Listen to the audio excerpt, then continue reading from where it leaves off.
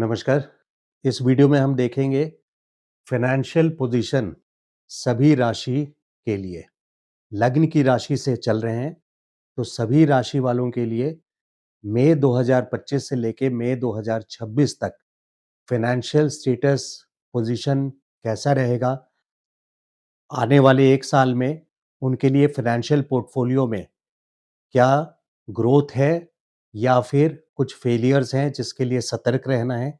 इसको इवैल्यूएट करने के लिए ये वीडियो बनाया है ताकि सभी राशि वालों को एक अंदाज़ा आ जाए कि आने वाला 1 साल कैसी वो फाइनेंशियल प्लानिंग, क्योंकि ज्योतिष एक फाइनेंशियल प्लानर के रूप में बहुत सक्सेसफुल सब्जेक्ट है, तो आप अपनी फाइनेंशियल प्लानिंग कैसे कर सकते हैं, उसको जानने के लिए ये वीडियो खास करके बनाया है। और कुछ राशि ऐसे हैं जिनके लिए फाइनेंशियल पोजीशन बहुत अच्छी रहेगी, स्ट्रांग रहेगी, कुछ के लिए एवरेज है और 2-3 राशि के लिए काफ़ी सतर्कता और केयरफुल रहना ज़रूरी है।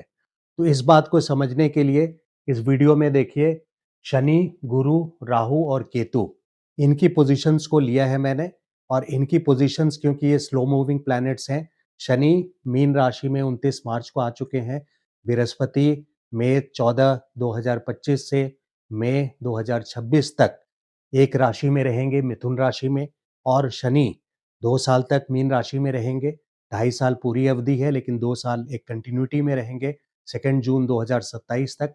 तो अभी चूंकि ये वीडियो एक पर्टिकुलर 1 ईयर के लिए बना रहा हूं मैं, मई 2025 से मई 2026 तक। तो शनि भी मीन राशि में स्टेबल रहेंगे, बृहस्पति मिथुन राशि में रहेंगे 1 साल, राहु रहेंगे कुंभ में और केतु रहेंगे सिंह राशि में। राहु 18 मई से लेके 2025 और 5 दिसंबर 2026 तक, केतु का भी 18 मई 2025 से लेके 5 दिसंबर 2026 तक सिंह राशि में। तो सबसे पहला और सबसे अच्छा जिनकी पोजीशन रहेगी वो है वृषभ लग्न की राशि।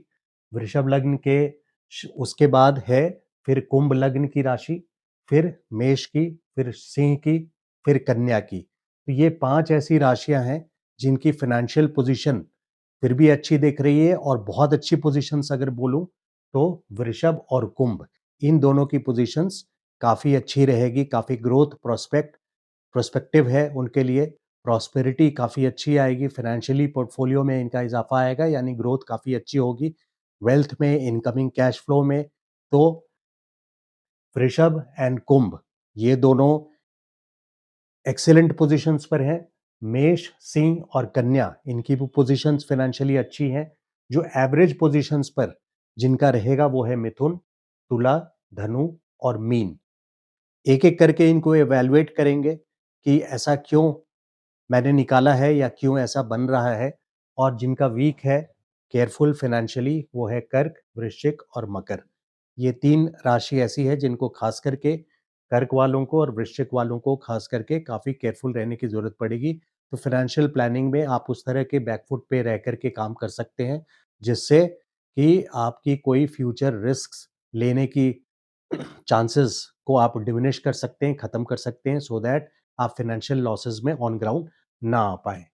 नाउ हम उस टॉपिक को भी कवर करेंगे, क्योंकि कई बार गोचर के हिसाब से तो बहुत अच्छा बता रहा है, फिर भी कई कमेंट्स आज से ऐसे आते हैं कि हमारा बहुत अच्छा नहीं हो रहा है गोचर के हिसाब से। तो उनकी वजह क्या है, क्या रीज़न्स हैं? उनमें जन्म कुंडली के रीज़न्स होते हैं, दशा के रीज़न्स होते हैं। उन रीज़न्स को भी देखना और समझना ज़रूरी है, क्योंकि हर वीडियो के एक डिस्क्लेमर पॉइंट्स ज़रूर होते हैं, ऐसे पॉइंट्स जो होते हैं जिनको कंसिडर किया जाता है। कोई एक सिंगल रूल हम गोचर का लेकर के अगर चलेंगे, तो वो भी अपने आप में ठीक नहीं होता, पूरी तरह पूरा सच नहीं होता।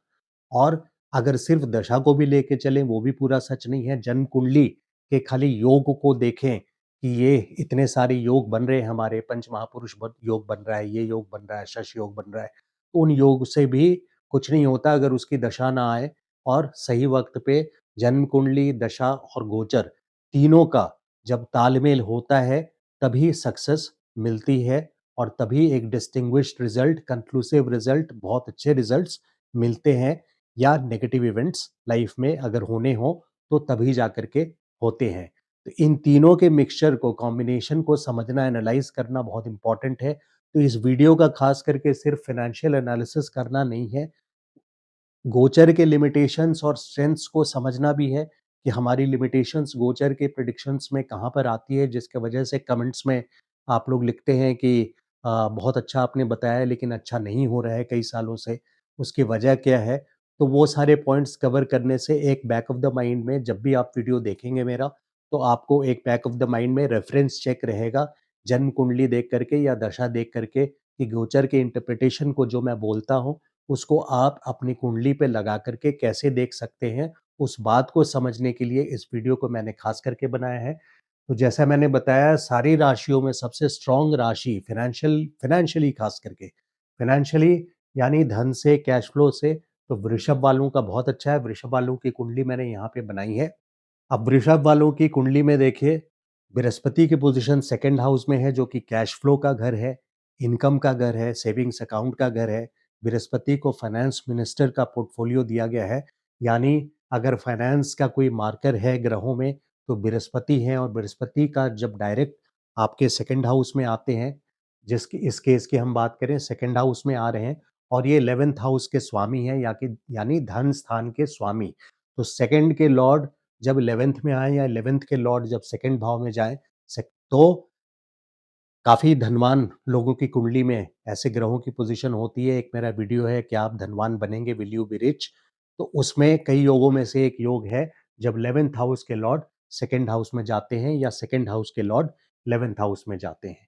तो यहाँ पे मीन राशि के स्वामी बृहस्पति आपके सेकंड हाउस में है, फाइनेंस का पोर्टफोलियो मिला है बृहस्पति को। तो यह कैश फ्लो मई 14 से लेकर के अगले साल मई तक एश्योर्ड है।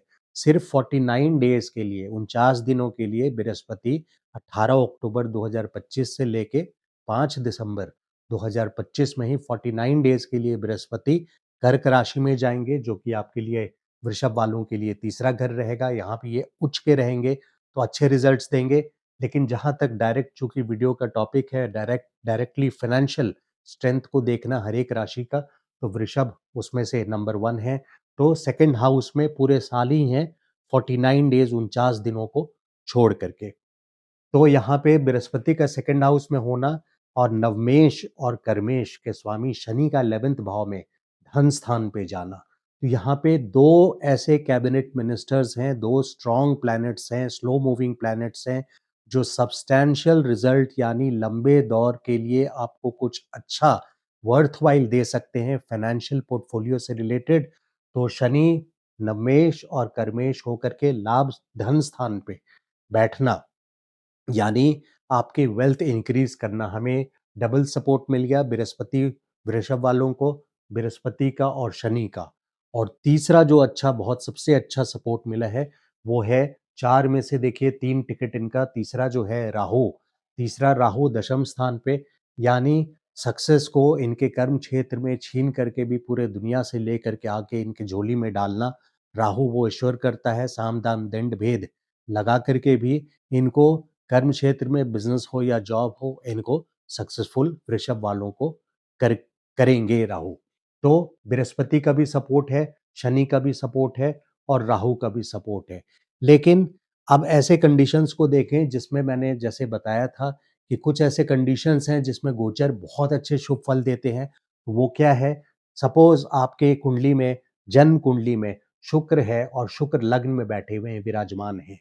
तो वृषभ राशि है, लग्नेश अपने घर में रहेंगे और शुक्र की दशा चल रही है, तो निश्चित तौर पे जो जिस गोचर को मैंने बताया है, उसका असर आपको 100%, बल्कि उससे भी ज़्यादा, टेक्निकली मैथमेटिकली स्पीकिंग 100% मतलब पूरा ही रिजल्ट मिलेगा।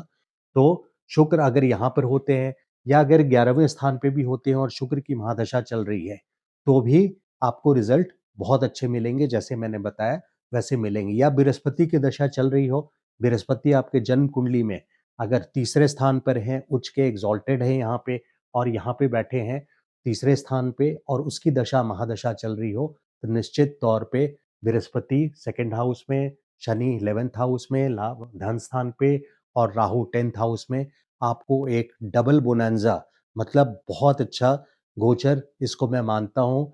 एक्सेप्शनल गोचर है ये, वन ऑफ द बेस्ट गोचर के पोजीशंस हैं। और अगर आपकी दशा अनुकूल चल रही है, फेवरेबल चल रही है, तो निश्चित तौर पे अगले आने वाला 1 साल मई 2025 से लेके मई 2026 तक ये आपका साल होगा and you can start a new business. यहाँ से बृहस्पति 9वीं दृष्टि से दशम स्थान को भी देखेंगे और आप लेकिन उसके लिए ये भी ज़रूरी है क्योंकि सिर्फ गोचर के सेकंड हाउस से 9वीं दृष्टि 10th हाउस में पड़ने की वजह से नहीं, आपकी जन्म कुंडली में बिज़नेस के बृहस्पति का की ब्लेसिंग्स होनी चाहिए। बृहस्पति की ब्लेसिंग्स अगर बिज़नेस करना है तो दशम स्थान पे दृष्टि होनी चाहिए, तो सेकंड हाउस में बृहस्पति हो जन्म कुंडली में या 4th हाउस से 7वीं दृष्टि से 10th हाउस को देखेंगे या फिर इवन छठे स्थान में अगर बृहस्पति है, हालांकि यहाँ पे कर्ज कराते हैं, कर्ज लेकर के बिजनेस कराते हैं, लेकिन छठे स्थान पे भी बृहस्पति होंगे तो 5वीं दृष्टि पे दशम स्थान को देखेंगे और जिनका एग्जिस्टिंग बिजनेस है ऑलरेडी उनके लिए ये फर्दर एक्सपेंशन एंड ग्रोथ के लिए one of the best times है। तो but however at the same time आपकी जो बर्थ कुंडली है उसकी दशा अंतर्दशा को देखना उतना ही जरूरी है और आपके जन्म के ग्रह की पोजीशंस को देखना ज़रूरी है। जैसे मान लीजिए कि शनि आपके 11th हाउस में है, 11वें स्थान पे, लेकिन वहीं पे आपके जन्म कुंडली में अगर यहाँ पे मान लीजिए सूर्य है और मंगल है और शनि का गोचर आपके 11वें स्थान पे हो रहा है। कहने को तो ये धन स्थान है और बहुत अच्छे रिजल्ट्स यहाँ पे देने चाहिए। लेकिन क्योंकि यहाँ पे ये दोनों मेलेफिक प्लैनेट्स शनि भी मेलेफिक हैं लेकिन सैटर्न वेस्ट हैं, ये ईस्ट हैं, ये हॉट है, ये कोल्ड है, ये फायर है, ये लेड है और ये सल्फर है ना? बारूद, एक्टिविटी, एक्शन, कैटलिस्टिक प्लैनेट है मंगल, यानी किसी चीज़ को एक्शन या फोर्स देना। तो सैटर्न एंड मार्स अगर जन्म के मार्स के ऊपर से शनि का गोचर होता है तो कोई ना कोई फिजिकल इंजरी देता है, किसी की तरह का डिस्प्यूट हो सकता है। डिस्प्यूट जन्म का सूर्य अगर आपके 11th हाउस में है और उस पर से शनि का गोचर है, आप वृषभ लग्न वाले हैं और जन्म के सूर्य के ऊपर से शनि का गोचर 30 साल में एक बार आता है, इस बात को ध्यान रखिए। जन्म के मंगल के ऊपर से शनि का गोचर अच्छा नहीं है, फिजिकल इंजरी, डिस्प्यूट, लड़ाई झगड़ा इस तरह की पोजीशंस बना देते हैं। भाइयों से, सिबलिंग से लड़ाई करवा सकते हैं। यहाँ चूंकि ये फ्रेंड्स का घर है, दोस्तों का घर है 11th हाउस, इसलिए दोस्तों से भी लड़ाई हो सकती है और वेल्थ में किसी तरह का, क्योंकि वेल्थ का घर धन भाव को देखने के लिए 11th भाव, जैसे मैंने एग्जाम्पल दिया तो 11th भाव में अगर जन्म का सूर्य है या मंगल है, एक एग्जाम्पल दिया, या आप राहु भी इसमें रख लीजिए कि अगर जन्म का राहु, इन तीनों में से कोई भी है। एक एग्जाम्पल दे रहा हूँ, एग्जाम्पल देने की लिमिटेशन भी होती है, सारे ग्रहों का एग्जाम्पल मैं हर कुंडली पे लगा के नहीं दे पाऊंगा, लेकिन कुछ एग्जाम्पल्स दे रहा हूँ कि अगर जन्म के सूर्य, मंगल या राहु यहाँ पर हैं और शनि का गोचर उसके ऊपर से हो रहा है, तो ये फिर शुभ फल उस तरीके से नहीं देंगे जिस तरीके से गोचर के मंथली प्रिडिक्शंस में या ईयरली प्रिडिक्शंस में या अभी जैसे मैं आपको बता रहा हूँ। तो इस बात को समझना जरूरी है। अगर वहीं पे शनि, सपोज आपके जन्म कुंडली में जन्म के शनि 12th हाउस में है, जन्म के शनि आपके 12वें स्थान पे हैं, वृषभ वालों के लिए नीच राशि के हैं और वो 11वें स्थान पे गए हैं, तो रिजल्ट लाभकारी जरूर देंगे, धन जरूर देंगे, लेकिन उनकी कैपेसिटी, उनकी जो पोटेंसी होती है डिलीवर करने की, वो मिनिमल लहर रहेगी।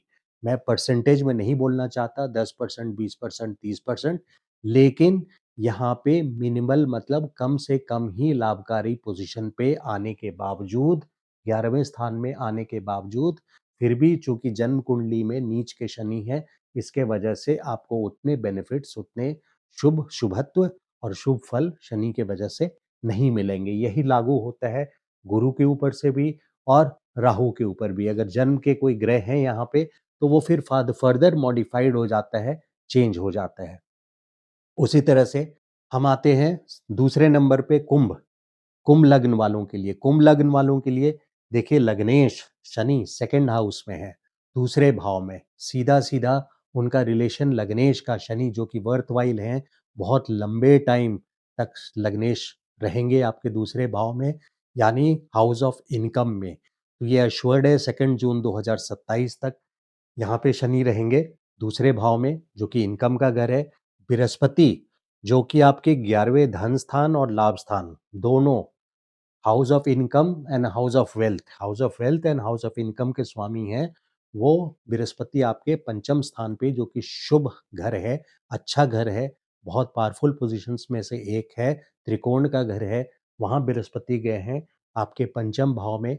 ये एक अच्छी पोजीशन है। तो शनि की भी बहुत अच्छी पोजीशन है डायरेक्टली फाइनेंशियली अगर बात करूँ तो, और बृहस्पति की भी अच्छी पोजीशन है। यहाँ से ये धन स्थान को 7वीं दृष्टि से 180 डिग्री यानी सीधी रेखा से डायरेक्टली देख रहे हैं और धन का ग्रोथ 100% एश्योर्ड देंगे।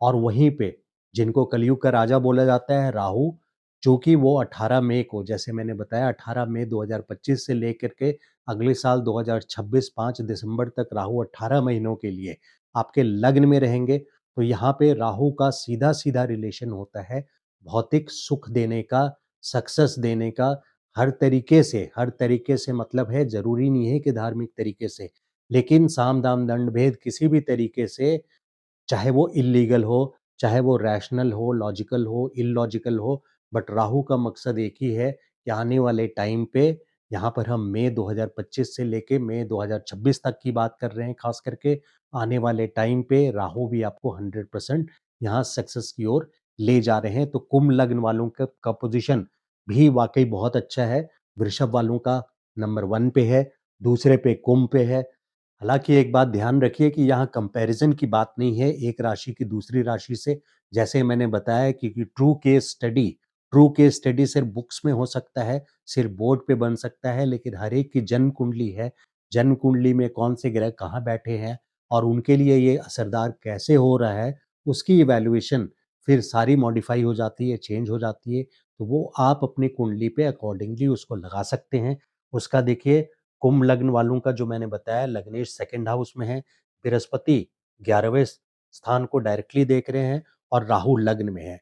ना अगर योग कारक ग्रह कुंभ लग्न वालों के लिए केंद्र और त्रिकोण के स्वामी शुक्र हैं, सपोज आपके जन्म कुंडली में शुक्र दूसरे भाव में है, सेकंड हाउस में, जहां शनि का गोचर हो रहा है लग्नेश का, तो जन्म के शुक्र के ऊपर से शनि का गोचर बहुत अच्छे रिजल्ट्स देते हैं, बहुत बेनिफिशियल रिजल्ट्स देते हैं।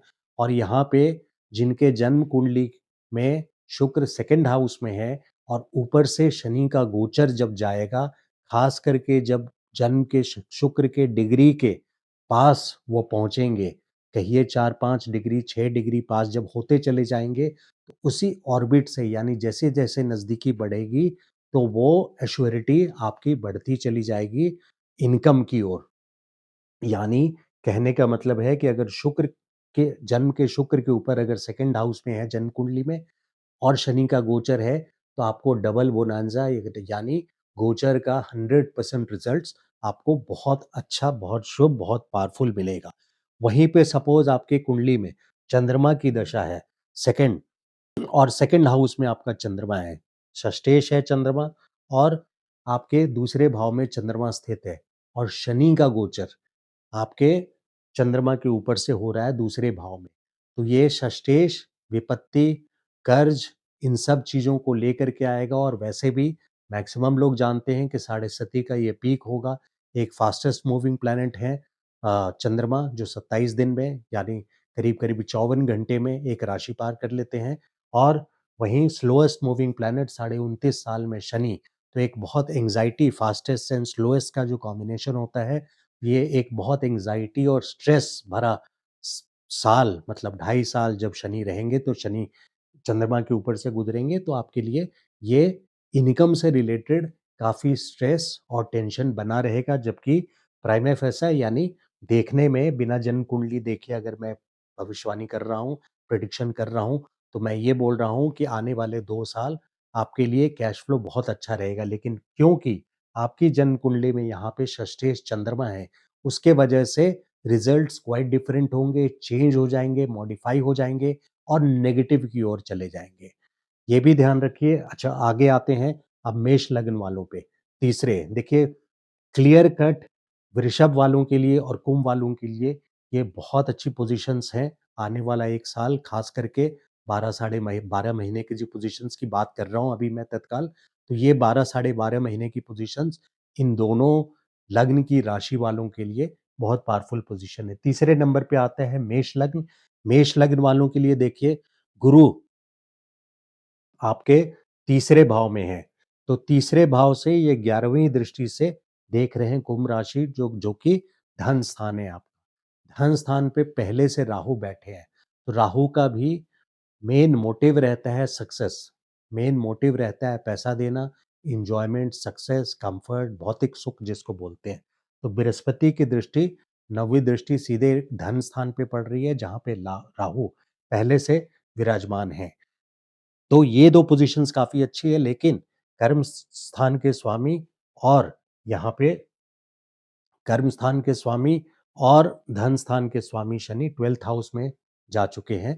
तो बिज़नेस या जॉब में काफ़ी सँभल करके इम्पोर्टेंट डिसीज़न्स को लेना आपके लिए ज़रूरी हो जाएगा। तो यहाँ पे एक लिमिटिंग पॉइंट है जो कि कुंभ वालों के लिए और वृषभ वालों के लिए, या यूँ बोलूँ नंबर 1 से वृषभ वालों के लिए और कुंभ वालों के लिए इस तरह की लिमिटिंग फैक्टर नहीं है। लेकिन मेष वालों के लिए कर्म यानी बिज़नेस या जॉब में कहीं न कहीं एक क्वेश्चन मार्क भी लग गया है। हालाँकि फ़ाइनेंशियल पोर्टफ़ोलियो इनका फिर भी एवरेज से बेटर चलता रहेगा। उनके 2 वजह हैं कि बृहस्पति की पोज़ीशन, तीसरे घर में बृहस्पति की बहुत अच्छी पोज़ीशन मानी जाती है। ये भाग स्थान को यहाँ पे एक्टिवेट कर रहे हैं, या कि यानी भाग का जागना, जगाना भाग्य को, और लाइफ़ में कुछ ऐसे इवेंट्स और इम्पोर्टेंट काम करवाना, डिसीज़न से ऐसे इम्पोर्टेंट इवेंट्स कराना, एपिसोड्स कराना, जिससे आपके आने वाले टाइम पे लाइफ भागोदय जिससे होता है। तो नवम स्थान पे बृहस्पति की दृष्टि, 11वें स्थान पे बृहस्पति की दृष्टि, 9वीं दृष्टि लाभ धन स्थान पे 11वें स्थान पे, और राहु और गुरु दोनों की दृष्टि धन स्थान पे। यहाँ पे मेष राशि वालों के लिए भी अच्छा है।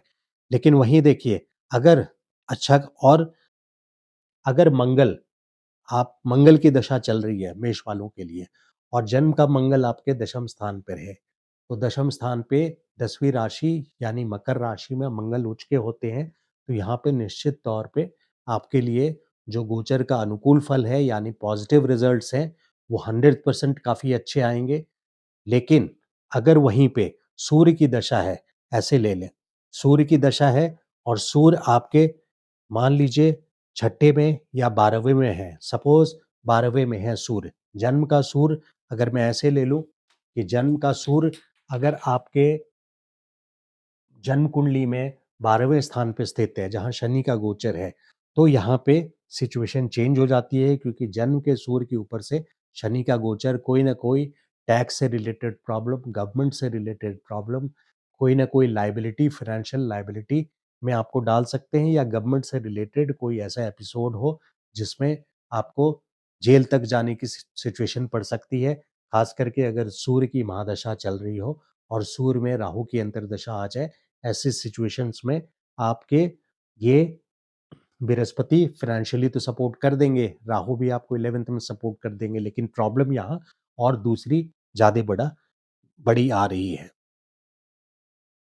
अब आते हैं सिंह लग्न व राशि वालों के लिए।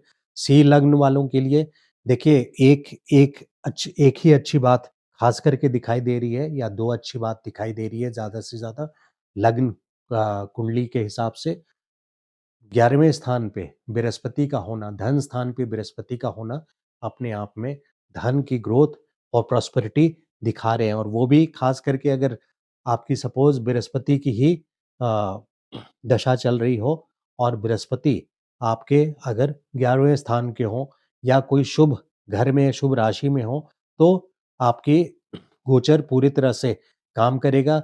लेकिन अगर वही बृहस्पति जन्म कुंडली में, अगर यहाँ पे 29 डिग्री के बृहस्पति हैं आपके जन्म कुंडली में, आपके जन्म कुंडली में 29 डिग्री पे, देखिए ये है कर्क और ये है सिंह। कर्क और सिंह, कर्क के 26 डिग्री 20 मिनट से लेके सिंह राशि के शुरुआत के 3 डिग्री 20 मिनट तक, ये जो डिग्रीज हैं वाटर साइन और फायर साइन के बीच का, इसको गंडांत बोलते हैं। वाटर साइन और फायर साइन के बीच का ट्रबल्ड टाइम्स यानी जो विपरीत समय है, वो आपके लिए आ जाएगा। और चाहे वो बृहस्पति हो, एक तो वो 12th हाउस उच्च के हैं, यहाँ देखने में लग रहे हैं कि बृहस्पति उच्च के हैं, लेकिन चूंकि ये 12th हाउस में है, ये इसलिए उच्च का असर उनका कैंसिल हो जाएगा, और ऊपर से ये गंडांत के डिग्री पे है, अश्लेषा और मघा। तो इधर अश्लेषा है, अश्लेषा नक्षत्र में अगर 29 डिग्री के हैं, जहाँ 26 डिग्री 20 मिनट से अश्लेषा में 26 डिग्री 20 मिनट से गंडान शुरू हो रहा है। अगर बृहस्पति की महादशा चल रही है, बेशक वो उच्च के राशि में बैठे हैं लेकिन 12वें स्थान पे बैठे हैं, तो उच्च की राशि का गुड इफेक्ट्स कैंसिल हो गया और ऊपर से प्रॉब्लम शुरू हो गई, क्योंकि 29 डिग्री जो कि गंडांत के डिग्री है, तो बृहस्पति की दशा होने के बावजूद यहाँ बृहस्पति 11वें स्थान पे, लाभ स्थान पे आपको पॉजिटिव रिजल्ट्स, अच्छे रिजल्ट्स नहीं देंगे और आप वेट करते रह जाएंगे कि ये इतना अच्छा गोचर आपको फिर भी अच्छे रिजल्ट्स क्यों नहीं दिया। इसी तरह से इस बात को ध्यान रखिए कि गोचर जब भी किसी भी राशि में, खास करके गुरु हो, शनि हो, राहु, केतु, ये ऐसे गोचर जो हैं, गुरु और शनि का जो गोचर है, अगर केतु के नक्षत्र में हो जाए, केतु के अश्विन नक्षत्र है और मघा नक्षत्र है और मूल नक्षत्र है, तो अश्विन, मघा और मूल, अगर केतु के नक्षत्र से किसी भी ग्रह का गोचर होता है, आप चाहे चंद्रमा को लगा लीजिए, तो जो जिसके लिए आप डेली प्रिडिक्शन देखते हैं, या अगर आप सूर्य को लगा लें कि केतु के नक्षत्र से कब गुजर रहे हैं और आपने उस दिन को इवैल्यूएट किया, तो आप पाएंगे कि केतु के नक्षत्र से चंद्रमा, सूर्य, मंगल, किसी भी ग्रह का गुजरना एक पीड़ादायी सिचुएशन आपको दे सकता है। तो इन सारे चीज़ों का एक पैटर्न बनता है, सारे कॉम्बिनेशंस का नेट इम्पैक्ट देखी जाती है। तो एक जेनेरिक वे में यानी बाकी सब अगर साइलेंट रहे और सिर्फ गोचर की ट्रू केस में स्टडी बात करें, तो फिर ये जो प्रिडिक्शंस है 100% लागू होना चाहिए। लेकिन रियल लाइफ सिचुएशंस में ऐसी होता नहीं है, ऐसी चीज़ें नहीं होती है। अब सी में जैसे मैंने बताया कि बृहस्पति उच्च के हैं लेकिन 12वें स्थान पे है, ऊपर से 29 डिग्री के हैं, और गोचर का प्रिडिक्शन मैं कर रहा हूँ या कोई भी ज्योतिष कर रहे हैं कि सी 11वें स्थान का गोचर आपको बहुत फल देगा। लेकिन चूंकि जन्म कुंडली में आपके गंडांत के डिग्री पे है, चूंकि जन्म कुंडली में आपके 12वें स्थान हाउस ऑफ मिस फॉर्च्यून, संन्यास स्थान, खर्चे का घर पे है, इसके वजह से आपको ये डिजायर्ड रिजल्ट यहाँ पे नहीं मिलेगा। और अच्छे में कन्या, देखिए जरूरी नहीं है इस सीक्वेंस में मैंने लिखा, एक बार मेरा मन किया कि सी से पहले मैं कन्या राशि को डालूं पहला, दूसरा, तीसरा, चौथे नंबर पे। क्यों कन्या की वजह देखिए, कन्या बृहस्पति 10th हाउस में है। 10th हाउस में एक प्रेशर जरूर बना के रखेंगे ग्रोथ के लिए, लेकिन यहाँ प्रेशर रहेगा ग्रोथ के लिए, एक्सपेंशन के लिए। तो बृहस्पति यहाँ से 5वीं दृष्टि से हाउस ऑफ इनकम को देख रहे हैं, second house of income, savings account. Cash flow आपका आपके कर्म के हिसाब से कैश फ्लो आती रहेगी। और राहु छठे में अच्छा माना जाता है, अच्छा होता है, तो राहु यहाँ छठे स्थान पर है। और शनि की पोजीशन भी कोई बहुत अच्छी है, इसलिए क्योंकि ये यहाँ पे कन्या वालों के लिए त्रिकोण के स्वामी केंद्र में गए हैं। तो शनि की पोजीशन भी बहुत अच्छी है, त्रिकोण के स्वामी केंद्र में गए हैं, राहु छठे में है और बृहस्पति कर्म स्थान से सेकंड हाउस को देख रहे हैं, हाउस ऑफ इनकम को देख रहे हैं। तो वहीं पे अगर चंद्रमा, अगर देखिए कन्या की पोजीशन भी फाइनेंशियली पोर्टफोलियो मई 2024-25 से मई 2026 तक अच्छा रहेगा। अब अगर चंद्रमा 11वें स्थान पे है, मान लीजिए अपनी राशि में ही चंद्रमा है, यहाँ पे आपके जन्म कुंडली में चंद्रमा यहाँ पर है और 29 डिग्री गंडांत पे है या 28 डिग्री गंडांत पे है और चंद्रमा की दशा चल रही है, तो फिर इस गोचर का इम्पैक्ट आप पे बहुत मिनिमल पड़ेगा, क्योंकि दशा वो चीज है जो आप किस चीज से किससे भोग्य हैं, आपको क्या भोगना है, वो प्रॉविंस है स्काई का कि आपको इस समय क्या भोगना है। और ये आपके प्रेजेंट वेदर कंडीशंस हैं गोचर, कि कौन सा कोरियर आपके दरवाजे पे फाइनली लाया गया, आपके टेबल पे कौन सा खाना फाइनली परोसा गया, वो गोचर है। तो फ्रिज और जो ट्रांजिट्स होते हैं, दशा है, फ्रिज ऐसे समझ लीजिए, फ्रिज से कौन सा खाना निकल करके आपके टेबल तक आना है, वो गोचर गोचर का इफेक्ट है। खाना फ्रिज से लेकर के टेबल तक लाना, और फ्रिज में क्या क्या सामान है वो आपके जन्म कुंडली का योग है, ऐसे समझ लीजिए। तो ये था देखिए जो सक्सेसफुल फाइनेंशियल पोर्टफोलियो जिनका 2025 से 2026 मई तक जिन लोगों की लग्न की राशि स्ट्रांग है, वो है नंबर 1 पे वृषभ, दूसरे पे कुंभ, इन दोनों का वाकई बहुत अच्छा है। फिर मेष, सिंह और कन्या या मेष, कन्या और सिंह। इसके बाद फिर हम देखते हैं आगे एवरेज किन-किन राशि लग्न की राशि वालों का है। इसके बाद हम 4 राशि पे आते हैं, मिथुन, तुला, धनु और मीन। इन चारों का एवरेज है, ना ज़्यादा अच्छा है ना खराब है, लेकिन हैविंग सेड सो इसको बोलने के बाद मैं कुछ हाइलाइट्स आपको बताता हूँ, एग्जाम्पल के साथ बताता हूँ। तुला, तुला लग्न वाले जिनकी राशि तुला है, छठे में शनि है। नाउ शनि छठे में सक्सेस ओवर कॉम्पिटिशंस, तो यहाँ पे शनि का छठे का पोजीशन दुश्मनों का नाश करता है, यानी विपत्ति का नाश करता है। एक अच्छी पोजीशन मानी गई है शनि के हिसाब से, छठी पोजीशन। और गुरु भाग स्थान पर है, यानी भाग को उजागर करना, भाग को आपका साथ देना, भाग का तो नसीब का साथ यहाँ पे मिलना शुरू हो जाता है। और वहीं पे बृहस्पति आपके कर्म क्षेत्र में 18 अक्टूबर से 5 दिसंबर तक जाएंगे 49 दिनों के लिए, जिसमें 25 दिन मार्गी स्थिति में रहेंगे, यानी डायरेक्ट रहेंगे, क्योंकि 11 नवंबर से बृहस्पति वक्री हो रहे हैं 11 फरवरी 2026 तक। तो गुरु की पोजीशन अच्छी है, लग्न को देख रहे हैं गुरु। लग्न को जब बृहस्पति की नजर लग्न पे होती है तो एक ब्लेसिंग बनी रहती है। कोई भी अनफोर्सीन मुसीबत, कोई बड़ी मुसीबत आ जाए और बृहस्पति का लग्न पे दृष्टि हो, तो ऐसे में किसी न किसी रास्ते से जातक को बचा करके ले जाते हैं बृहस्पति।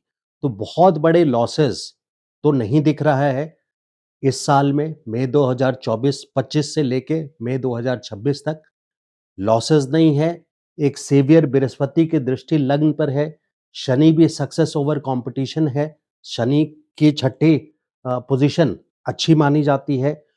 लेकिन केतु आपके धन भाव पर है, 11वें स्थान पे, जिसको धन भाव बोलते हैं, वेल्थ का घर है, जो जमा पूंजी आपकी है।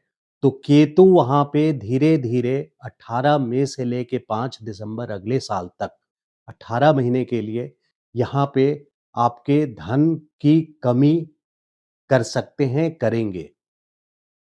तो फाइनेंशियल पोर्टफोलियो में कोई भी बड़ा स्टेप लेने के पहले आप 5 बार इवैल्यूएट करें उसको, क्योंकि केतु बहुत सीक्रेटली ऑपरेट करते हैं, आपको उसका अंदाज़ा नहीं होगा, बहुत मिस्टीरियसली ऑपरेट करते हैं और रहस्यमयी तरीके से कहीं न कहीं धीरे-धीरे, जैसे किसी चीज़ का ज्ञान ना हो और अचानक से कोई बड़ा खर्च आ जाए। ऐसा खर्च जैसे राहु, दादा-दादी और केतु मम मौसी, नानी, मातृपक्ष के, मदर साइड के, तो उनकी बीमारी के ऊपर कोई खर्च ला सकते हैं। एक एग्जाम्पल दिया है आपको।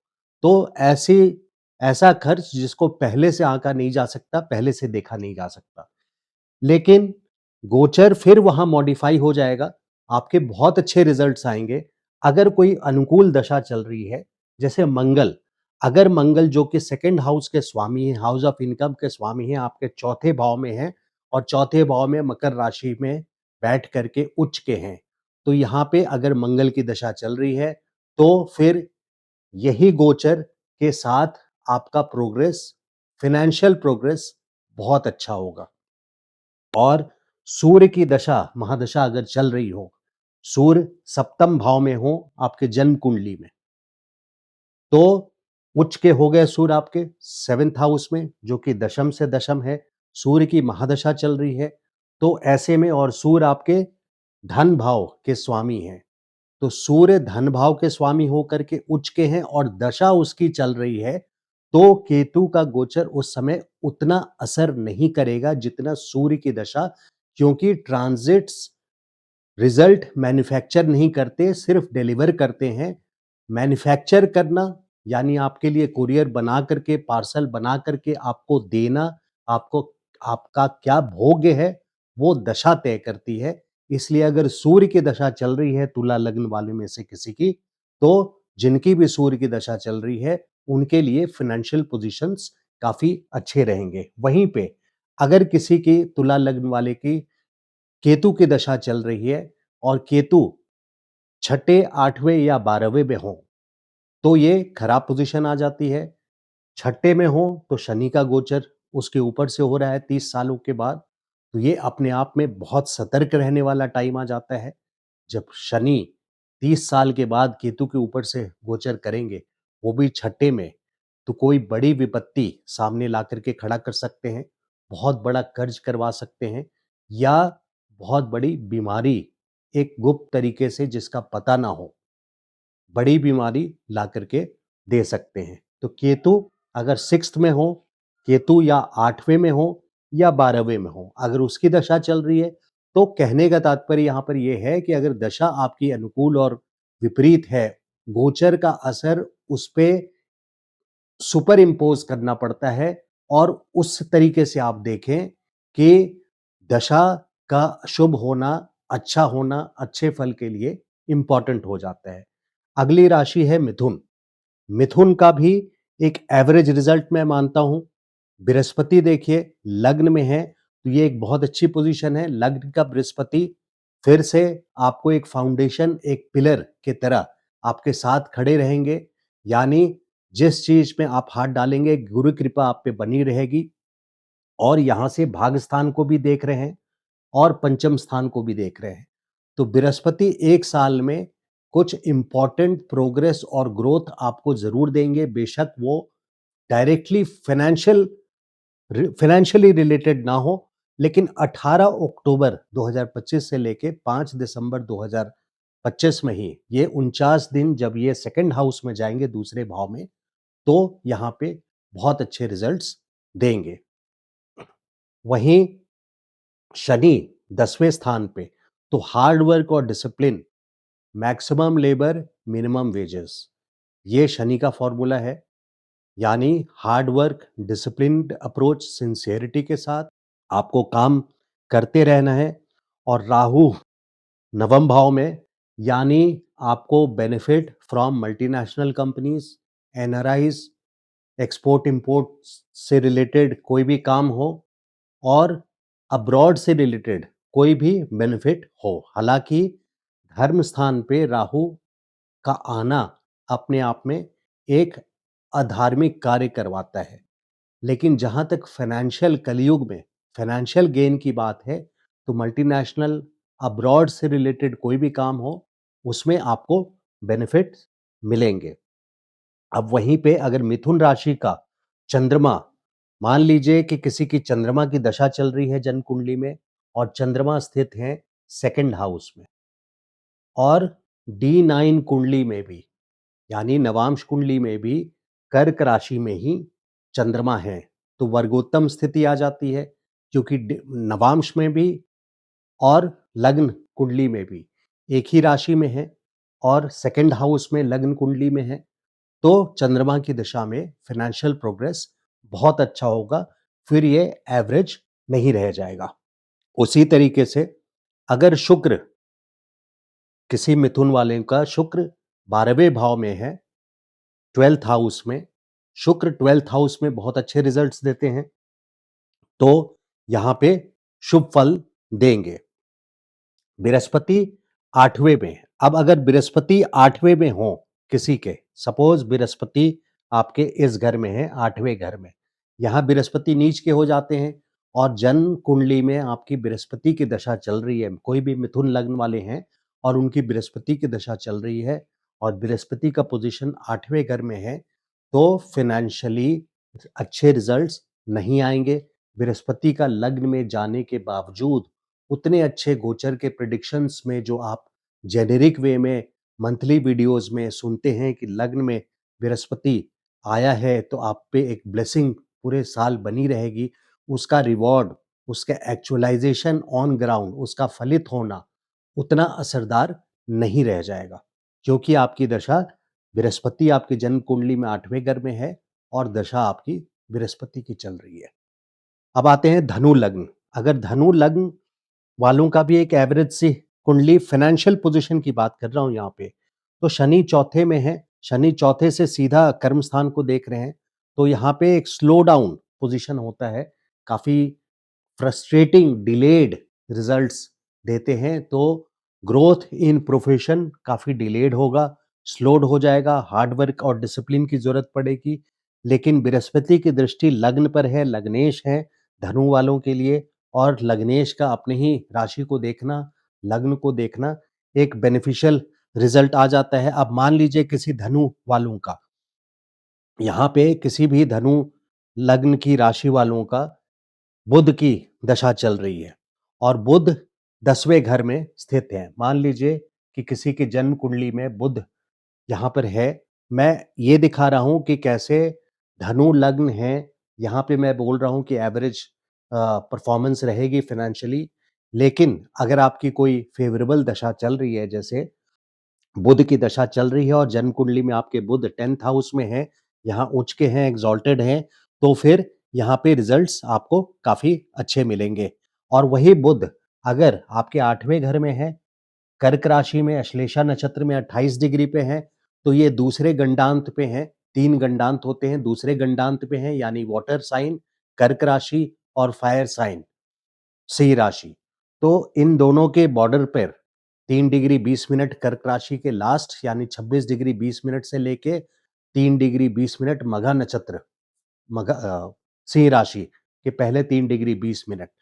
तो यहाँ पे आके डिफिकल्ट पोजीशन में बहुत, एक तो ये 8वें घर में बुध और दूसरा ऊपर से गंडांत में इनका फँसना, तो यहाँ पे बहुत डिफिकल्ट पोजीशन बन जाती है उसी बुध की दशा में, जब बुध 8वें घर में स्थित हो रहे हैं और 26 डिग्री 20 मिनट के बाद स्थित हैं। चौथा जो एवरेज है वो है मीन राशि। मीन राशि वालों का देखिए राहु 12th में है, फॉरेन से गेन्स हो सकते हैं, फॉरेन से काफ़ी अच्छे गेन्स यहाँ पे। शनि 10th हाउस को देख रहे हैं, 10th हाउस को देखने की वजह से सिंसियरिटी, डिसिप्लिन, हार्ड वर्क के साथ काम करना है। बृहस्पति, आपके बृहस्पति चौथे घर से देखिए यहाँ 8वें घर को भी एक्टिवेट कर रहे हैं और 12वें घर को भी एक्टिवेट कर रहे हैं। फाइनेंशियली अपलिफ्टमेंट को का बहुत ज़्यादा स्कोप नहीं दिख रहा है, लेकिन अगर मीन राशि वालों का किसी का सपोज कि शुक्र इनके लग्न में है और उसी की दशा चल रही है, शुक्र की दशा चल रही है, उच्च के शुक्र हैं, लग्न में हैं और वहाँ शनि का गोचर अभी हो रहा है, तो ये एक बहुत अच्छा टर्निंग पॉइंट लाइफ में पोजीशंस लेकर के आएँगे शनि। जब शनि का गोचर शुक्र के ऊपर से गुज़रेगा, जन्म के शुक्र के ऊपर से गुज़रेगा, तो आप डिग्री वाइज़ मैच कर सकते हैं। कुछ ना कुछ बहुत फिनोमिनल ग्रोथ और प्रॉस्पेरिटी लेकर के शनि आएँगे, और शुक्र की दशा चल रही है ऊपर से और शुक्र उच्च के हों, तो प्रॉस्पेरिटी और ग्रोथ काफ़ी अच्छी रहेगी। या बुध, अगर 7वें बुध की दशा है किसी की और बुध 7वें घर में है, यहाँ पे एग्ज़ॉल्टेड हैं और बुध की दशा चल रही है, तो करियर में काफ़ी प्रोग्रेस होगा यहाँ पे। वहीं बृहस्पति की दशा है किसी की और बृहस्पति अगर 12th हाउस में है, 12वें स्थान पर हैं, यहाँ पे राहु का गोचर हो रहा है, तो यहाँ पे गुरु चंडाल जैसा असर उन पे लागू होगा और कोई ना कोई बदनामी, वो हो सकता है बेडरूम से रिलेटेड हो सकता है कहीं न कहीं जाकर के फाइनेंशियल लॉस यहाँ पे पूरा-पूरा शो करता है, क्योंकि बृहस्पति फाइनेंस के प्लैनेट हैं, फाइनेंस मिनिस्टर हैं। तो ये 4 राशि हैं जिनकी एवरेज परफॉर्मेंस रहेगी फाइनेंशियली, लेकिन फाइनली उनके दशा अंतर्दशा पे डिपेंड करता है कि किस तरह से ये फर्दर मॉडिफाई होता है और हर एक इंडिविजुअल के लिए अलग क्यों होता है, क्यों लोग अलग-अलग रिस्पॉन्स करते हैं कमेंट बॉक्स में और अलग-अलग अच्छे और बुरे दोनों रिस्पॉन्स आते हैं। तो गोचर सबके लिए, हमने दुनिया को 12 भाग में बाँट करके पूरे ब्रह्मांड को, अपने ब्रह्मांड को, स्काई को 12, 360 डिग्री को 12 राशियों में बाँट के 30 डिग्री का की एक राशि बाँट करके हम प्रेडिक्शंस करते हैं। वो 100% अपने आप में एक्यूरेट है, जो गोचर पे प्रेडिक्शंस आप सुनते हैं, वो 100% एक्यूरेट है, लेकिन वो पूरा सच नहीं है, उसको फर्दर अप्लाई करना पड़ता है। अब हम डिस्कस करेंगे वीडियो में जो टर्म्स हैं, जो डिस्क्लेमर पॉइंट्स हैं, उसको वीडियो के लास्ट में मैं डिटेल में डिस्कस करूँगा। 10 से 11 पॉइंट मैंने बनाए हैं, जिसको वीडियो के लास्ट में डिस्कस करेंगे और वो लिमिटेड नहीं है कि सिर्फ़ 10 से 11 पॉइंट ही लिमिटेड है, सब सब कुछ वही है, ऐसा नहीं है। बहुत सारे और रूल्स होते हैं, लेकिन ब्रॉडली एक बेसिक लेवल पे इन चीज़ों को समझने के लिए एक गाइडलाइन रहेगा, बाकी आपके अनुभव उसमें ज़्यादा कामयाब रहेंगे। तो अब आते हैं आगे कर्क, जिनको बहुत सावधान रहना चाहिए, वो है कर्क राशि, वृश्चिक और मकर। इसमें से सबसे ज़्यादा सावधानी कर्क राशि वालों को रखनी पड़ेगी। वो कैसे? वो देखते हैं। तो कर्क राशि वालों का की कुंडली ये है और काफ़ी ज़्यादा सावधानी बरतने की ज़रूरत है पूरे साल। यहाँ पर मैं कवर कर रहा हूँ मई 2025 से मई 2026 तक ख़ास करके। तो उस पीरियड का अगर एनालिसिस विश्लेषण करते हैं, तो काफ़ी चिंताजनक और बहुत सावधानी बरतने वाली कुंडली है कर्क लग्न की राशि वालों के लिए, क्योंकि बृहस्पति, देखिए यहाँ पे बृहस्पति विपरीत राजयोग जरूर बना रहे हैं, छठे स्वामी, छठे भाव के स्वामी 12वें स्थान पे, लेकिन विपरीत राजयोग अपने काफ़ी परेशानियों के साथ सक्सेस दिलाते हैं और उस पूरे प्रोसेस में इंसान की जब तक की हालत खराब हो जाती है, इस बात को आप नज़रअंदाज ना करें।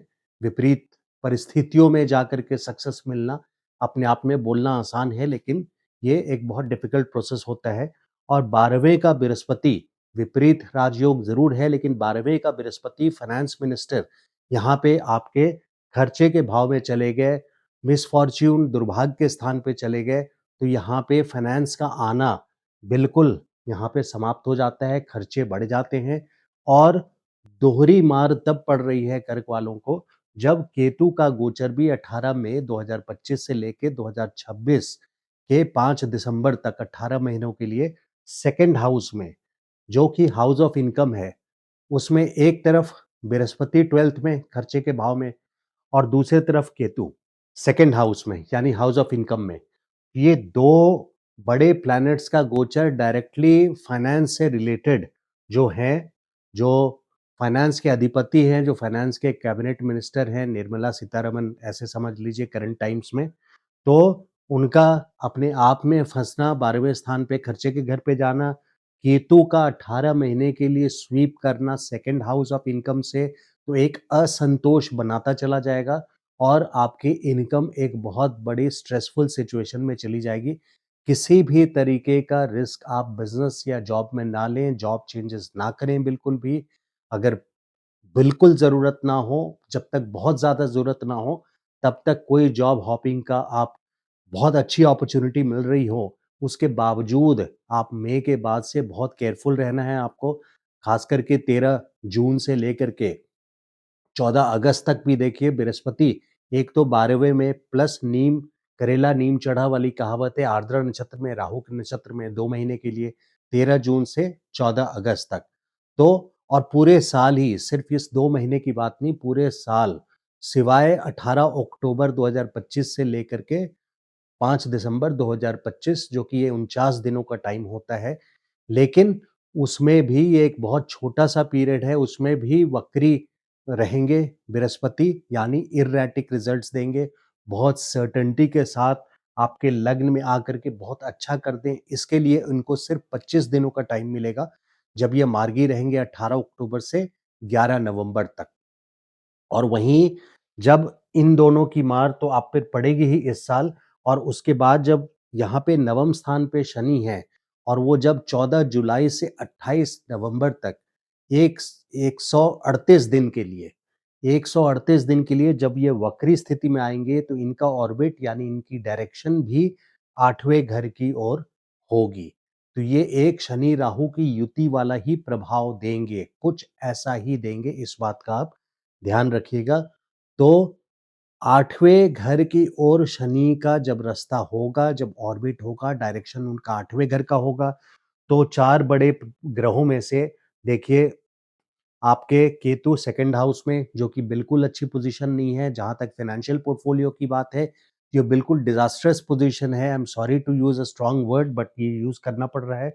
और 12th भाव में जुपिटर भी ऐसी ही पोजीशन दे रहे हैं, जब खर्चा आपके बढ़ रहे हैं और इनकम के सोर्स कहीं न कहीं जाकर के आपके पैसा अटक जाएगा, आपके सोर्स ऑफ इनकम कोई भी दूसरे को आप अगर आप व्यापार में हैं और आप सप्लाई करते हैं सामान और बहुत ज़्यादा बड़ा ऑर्डर किसी को दे रहे हैं अपने रिस्क पे, तो ये गलती बिल्कुल मत कीजिए।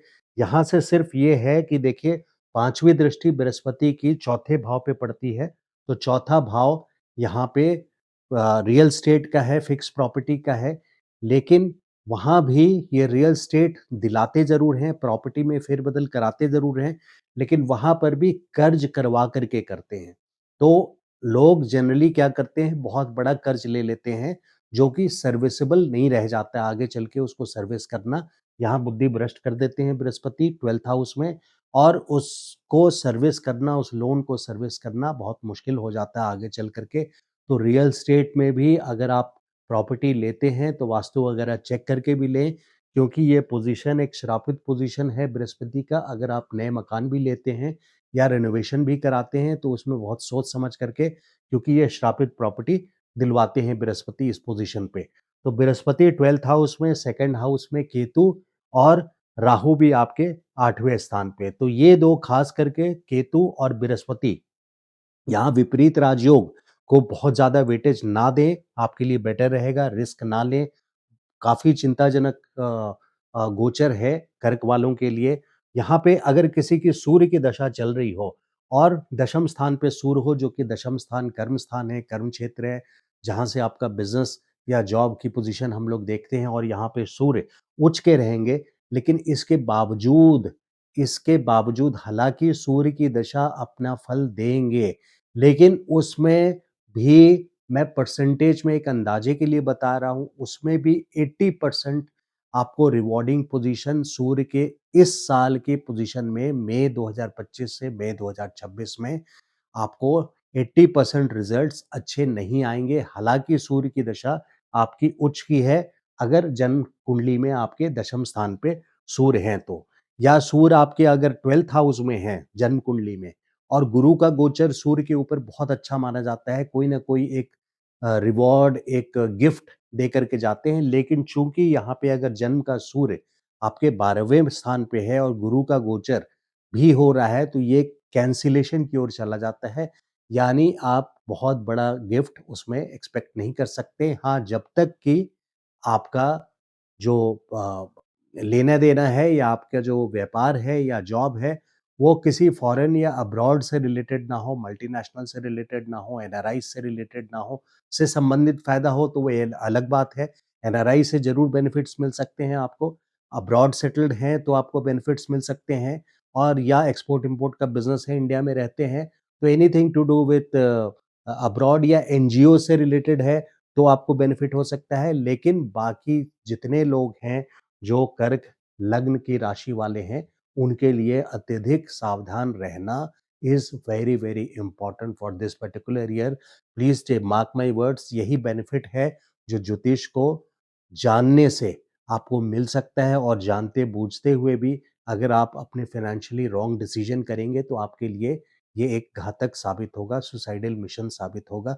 सो you have to be on back foot. आपकी दशा बहुत स्ट्रॉन्ग है, जैसे मैंने एग्ज़ाम्पल दिया सूर्य की दशा है और सूर्य आपके कर्म स्थान पे दिग्बली हैं, उच्च के हैं, लेकिन इसके बावजूद एक्सॉल्टेड हैं, इसके बावजूद इसके रिज़ल्ट्स पे डिपेंड करके क्योंकि गोचर यहाँ पे साथ नहीं दे रहे हैं, तो दोनों के डिबेट में ज़्यादा एकेडमिक डिबेट में ना फँसते हुए प्रैक्टिकल लाइफ़ में उसको आप अगर अपने लाइफ़ में अप्लाई करना है, तो 80% आपको सावधानी बरतनी ही होगी। अगली राशि वृश्चिक की है। वृश्चिक में भी देखिए 8वें घर में बृहस्पति हैं, तो 8वें घर के बृहस्पति यहाँ पे फ़ाइनेंशियली आपको इंसल्ट दे सकते हैं, यानी किसी न किसी तरह से बेइज़्ज़त कर सकते हैं, फ़ाइनेंशियल डिसीज़न से रिलेटेड। हाँ, यहाँ पर भी पैतृक संपत्ति से रिलेटेड हालाँकि किसी कंट्रोवर्सी के साथ पैतृक संपत्ति क्योंकि 9वीं दृष्टि आपके चौथे घर में पड़ रही है, जो वृश्चिक लग्न की राशि वाले हैं और वहाँ पे राहु पहले से हैं।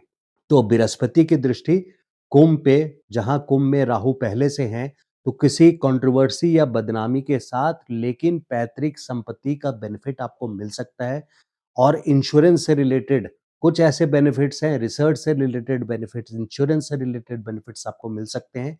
लेकिन जनरली जहाँ तक फाइनेंशियल पोर्टफोलियो की बात है, 8वें घर का जुपिटर अदरवाइज़ आपको बहुत अच्छे बेनिफिट्स बिल्कुल नहीं देगा। आपके सेकंड हाउस के हाउस ऑफ इनकम के स्वामी हैं और यहाँ पे आपके 8वें स्थान पे गए हैं। अब अगर बृहस्पति की दशा चल रही है आपकी और जन्म कुंडली में आपके नवम स्थान पे बृहस्पति है और उच्च के हैं, नवम स्थान में कर्क राशि पे बृहस्पति उच्च के हो जाते हैं, एग्ज़ॉल्टेड हो जाते हैं। लेकिन इसके बावजूद जैसे मैंने कर्क वालों के एग्ज़ाम्पल दिया था, इसके बावजूद आपको रिज़ल्ट्स वो डिज़ायर्ड रिज़ल्ट्स उतने अच्छे नहीं मिलेंगे एग्ज़ॉल्टेशन के, जैसे इस साल 18 अक्टूबर से 5 दिसंबर तक, जितने अगर आपकी जब क्योंकि गोचर आपके 8वें स्थान पे बृहस्पति के चल रहे हैं, जो कि दशा आपकी और समय में देगी जब बृहस्पति अगले साल 2026 में जब कर्क राशि में आ जाएंगे गोचर के गुरु, और गुरु की दशा भी आपकी कर्क राशि की चल रही है, तो ये डबल बोनस जरूर मिलेगा वहां पे। लेकिन हैविंग सेड दैट, फिर से मैं एक और नया पॉइंट दिमाग में आ रहा है वो भी बता दूं, क्योंकि अगले साल यानी 2026 अक्टूबर से लेकर के 2027 करीब मार्च या अप्रैल तक बृहस्पति और केतु बिल्कुल पास पास रहेंगे, तो वहां पर भी आपको केयरफुल रहने की पोजीशन आ जाती है, क्योंकि बृहस्पति और केतु दोनों का गोचर ऑलमोस्ट कंजंक्शन, कंजंक्शन तो है ही, एक ही राशि में रहेंगे, कर्क राशि में, तो ऑलमोस्ट आपके अक्टूबर के बाद से देखिए केतु नहीं आएंगे यहाँ पे।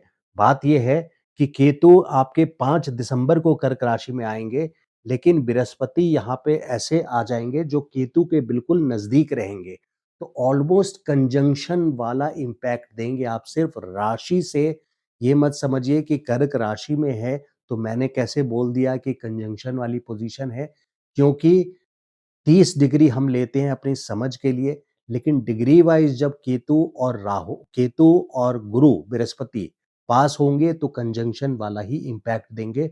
इन चीजों को कंसिडरेशन में लेकर के चलना पड़ता है प्रिडिक्शन में। इसलिए मैंने इस बात को एक्सटेंडेड वे में बताया कि जो मैंने एग्जाम्पल दिया था कि अगले साल 2026 मई के बाद से जून से लेकर के 2027 जून तक गुरु एग्जॉल्टेड रहेंगे आपके 9th हाउस में और गुरु की महादशा चल रही है। लेकिन फिर भी अक्टूबर 2026 से चूंकि केतु गोचर के केतु और बृहस्पति डिग्री वाइज बहुत पास रहेंगे, इर्रेस्पेक्टिव ऑफ राशि डिग्री वाइज बहुत पास रहेंगे अक्टूबर 2026 से लेकर के मार्च अप्रैल 2027 तक, इसलिए वो भी एक केयरफुल रहने वाला फेज रहेगा। अब आते हैं जो मकर राशि, इनको भी काफी केयरफुल रहना है। बृहस्पति, यहाँ भी बृहस्पति विपरीत राजयोग बना रहे हैं, लेकिन फिर से मैं रिपीट करूंगा, क्योंकि विपरीत वर्ड है, विपरीत परिस्थितियों से गुजर करके, बहुत परेशानियों से गुजर करके एक सक्सेस पे आना। यहाँ से जरूर बिजनेस, जिनके जन्म कुंडली में बृहस्पति छठे भाव के हैं, जैसा मैंने वीडियो के शुरू में बताया, 5वीं दृष्टि 10th हाउस पे पड़ती है, यानी कर्म स्थान पे पड़ती है, तो वो भी बिजनेस करते हैं, सक्सेसफुल होते हैं। लेकिन जनरली वो हमेशा कर्ज लेकर के ही बिजनेस शुरू करते हैं और कहीं ना कहीं वो कर्ज में ही रहते हैं, चाहे व्यापार को लेकर के या किसी चीज को लेकर के। उनका उपाय ये होता है कि वो अपने किसी नियर एंड डियर वन से, अपने आसपास के लोग से एक नाम के लिए कर्ज का चांस काटने के लिए जो बृहस्पति यहाँ बनाते हैं जन्म कुंडली में, आप किसी जानने वाले से ही 5-10 हजार रुपया कर्ज लेकर के रख लीजिए ताकि वो घटित हो जाए। खैर, ये तो एक रेमेडी पार्ट है, यहाँ हम फाइनेंशियल की बात कर रहे हैं। फाइनेंशियल पोजीशन 6th हाउस में बृहस्पति आपके लिए विपत्ति है, कर्ज है, अच्छा स्थान नहीं है। हाँ, यहाँ पे राहु आपके सेकंड हाउस में ज़रूर गोचर कर रहे हैं, तो राहु का सपोर्ट, राहु भौतिक सुख या भौतिक सक्सेस, भौतिक ही क्यों, फाइनेंशियल सक्सेस भी देने में पूरी तरह से सक्षम है। लेकिन क्योंकि बृहस्पति यहाँ पे 6th हाउस में है, इसलिए आपको ऐसा नहीं होता कि ये इसको कैंसिल कर देगा या ये इसको कैंसिल कर देगा, ऐसा नहीं होता है। मिक्स्ड रिजल्ट्स भी आते हैं, जहाँ ये भी ऑपरेट कर रहे हैं राहु, वहाँ बृहस्पति की भी जो पर्पस है, प्रॉमिस है, दोनों प्रॉमिसेस फुलफिल होंगे। तो जहाँ पे आपके बृहस्पति आपको कर्ज में डालेंगे, राहु वहाँ कैश फ्लो लाएँगे, लेकिन बृहस्पति फिर भी आपको कर्ज में डालेंगे। कोई ऐसा थॉट लेकर के आएँगे कि आप बिज़नेस स्टार्ट करें और उसके कारण आप कैश फ्लो आने के बावजूद आप एक ऐसी स्थिति में पहुँच जाएँगे जो कर्ज वाली स्थिति हो। अगर किसी का मकर राशि है और चंद्रमा, जान लीजिए चंद्रमा की अ, दशा चल रही है और चंद्रमा जन्म कुंडली में सपोज़ यहाँ बैठा हुआ है, जो कि नीच का चंद्रमा हो गया, जबकि ये धन स्थान है। और पहले से गोचर हम देख रहे हैं कि अनुकूल गोचर नहीं है। बृहस्पति, क्योंकि फाइनेंशियल की खास करके बात हो रही है, तो बृहस्पति की पोजीशन काफ़ी इंपॉर्टेंट हो जाती है। 6 में बृहस्पति की पोजीशन यहाँ पे अच्छी नहीं है और दशा भी चंद्रमा की है। हालाँकि ये लाभ स्थान पर है, लेकिन फिर भी इसलिए कंक्लूसिव ये रिज़ल्ट निकलता है कि वन हैज़ टू बी काफ़ी सावधानी, one has to be very careful, काफ़ी सावधानी बरतने की ज़रूरत है, खास करके। और कोई बड़े डिसीजंस वेल्थ से रिलेटेड, फाइनेंशियल पोर्टफोलियो से रिलेटेड आप लोगों को भी नहीं लेना चाहिए। अगर किसी की राहु की महादशा है, सपोज़ मकर लग्न है और राहु की महादशा है और राहु जन्म कुंडली में भी सेकंड हाउस में विराजमान है, बैठे हैं। तो ऐसी कंडीशन में वाक़ई राहु काफ़ी अच्छा सक्सेस और फाइनेंशियल पोर्टफोलियो के लिए काफ़ी हेल्दी साबित होंगे, लेकिन still having said that Brihaspati को डिफीट नहीं कर पाएँगे, कोई एक प्लैनेट दूसरे को फ़तह नहीं हासिल कर लेता, दोनों के असर आते हैं, इस बात को आप समझिए। तो बृहस्पति के चलते आपको सावधानी यहाँ पे फिर भी बरतनी ही होगी। तो ये था सभी राशि वालों का। अब गोचर के कुछ ऐसे नियम जो आपके कुंडली में इस साल पे आधारित है और उस पे हाइलाइट्स पे हम लोग चलते हैं पॉइंट वाइज़ कि क्या-क्या देखना चाहिए। बेसिकली ऐसा नहीं है कि ये सब कुछ ही है, लिमिटेड है बस ये 11 पॉइंट्स, 10 पॉइंट्स जो मैंने लिखे हैं, अब बोर्ड पे आपको दिखा रहा हूँ, वो कंप्लीट नॉलेज है। इसके अलावा भी बहुत सारे पॉइंट्स हैं, लेकिन कुछ बेसिक गाइडलाइंस मैंने बनाए हैं, जिस पे एक बार नज़र डालने में कोई बुराई नहीं है। It will increase our knowledge and analysis इससे बेटर होती है। अब गोचर के वीडियो जब आप सुनते हैं, तो उसको अपने बर्थ चार्ट पे, जन्म कुंडली पे कैसे अप्लाई करना है, उसके कुछ बेसिक रूल्स हैं, कुछ गाइडलाइंस हैं जो मैंने नोट किया है। यहाँ से 1 से लेकर के 10-11 पॉइंट्स में, उस पे नज़र डालते हैं, ये काफ़ी हेल्पफुल होगा। ऐसा नहीं है कि ये लिमिटेड है बस इन 11 पॉइंट्स पे और स सब कुछ पूरी नॉलेज इसी में है, ऐसा नहीं है। तो एक-एक करके देखते हैं, इवैल्यूएट करते हैं। जन्म का केतु नॉट इन शनि और गुरुज़ गोचर हाउस। इसका मतलब है अगर वृषभ लग्न वालों की कुंडली है, वृषभ राशि लग्न है और शनि का गोचर इस वक़्त मीन राशि में है, लाभ स्थान 11वें स्थान पे यानी धन स्थान पे। तो ये अच्छे रिजल्ट्स देंगे। बृहस्पति भी सेकंड हाउस में है, हाउस ऑफ इनकम में, यहाँ भी बहुत अच्छे रिजल्ट्स दिख रहे हैं। इसीलिए गोचर के इवैल्यूएशन में, विश्लेषण में वृषभ वालों का सबसे स्ट्रॉन्ग आया है। लेकिन अगर वहीं एक्सेप्शनल्स जो चीज़ें हैं, जो पैरामीटर्स हैं, उसकी भी चर्चा कर लेते हैं। अगर जन्म कुंडली में वृषभ वालों के किसी के 11वें स्थान पे केतु है, तो शनि का गोचर केतु के ऊपर से बहुत पीड़ादायी सिचुएशन ला सकती है। यानी फाइनेंशियल पोर्टफोलियो में कोई ना कोई बड़ा कष्ट आना ही आना है। जैसे ही केतु के डिग्री, सपोज़ 1 डिग्री पर ही केतु हैं और शनि अभी अप्रैल महीने में और 1 डिग्री पर ही हैं, तो केतु के डिग्री पर जाते ही या उसके 3-4 डिग्री पहले से ही आपको केयरफुल रहना है। और यहाँ पे जैसे ही कि जन्म के केतु के ऊपर से शनि का गोचर होगा, तो कोई फाइनेंशियल हैवॉक हो सकता है, यानी कोई परेशानी बड़ी, सम बिग रॉन्ग और मिस्टेक कैन हैपन, कोई बड़ी गलती हो सकती है फाइनेंशियल्स डिसीजन लेने में। इसलिए सिर्फ गोचर के वीडियो सुन करके आपको एक जनरल गाइडलाइंस ज़रूर मिलता है, वो भी पूरी तरह सच है, लेकिन अपने ऊपर अप्लाई करने के लिए आपको आपके बर्थ चार्ट, जन्म कुंडली को देखना बहुत ज़रूरी हो जाता है। इस ज़रूरी में ये है कि अगर जन्म के, एक एग्ज़ाम्पल आपको दिया है, जन्म के केतु के ऊपर अगर धन भाव में 11वें स्थान पे आपके जन्म का के कुंडली में केतु है, लाभ स्थान धन स्थान पे, तो साढ़े 29 साल, मोटा-मोटी 30 साल में शनि एक बार जाएँगे और केतु कहीं भी स्थित हो, जब भी शनि का गोचर केतु के ऊपर से जाएगा, तो बहुत पीड़ादायी सिचुएशन बना करके देता है। यहाँ पे चूँकि ये फाइनेंशियल पोर्टफोलियो का घर है, आपके वेल्थ मैनेजमेंट का घर है, इसलिए यहाँ पे 100% आपको फाइनेंशियली कोई सेटबैक दे सकता है। चूँकि ये फ्रेंड्स का घर है, तो फ्रेंड्स से रिलेटेड कोई सेटबैक देता है।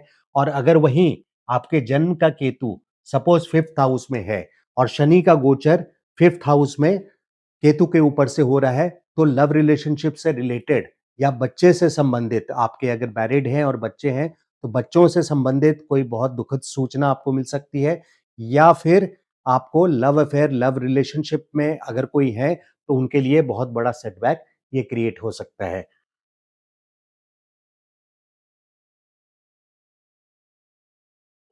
उसी तरह से अगर केतु आपके 2nd हाउस में है, जहां बृहस्पति का गोचर है, वृषभ वृषभ लग्न है और मिथुन राशि में बृहस्पति का गोचर है और जन्म का केतु यहां पर है, तो यहां भी इनकमिंग कैश फ्लो में कोई सेटबैक आपको आ सकता है।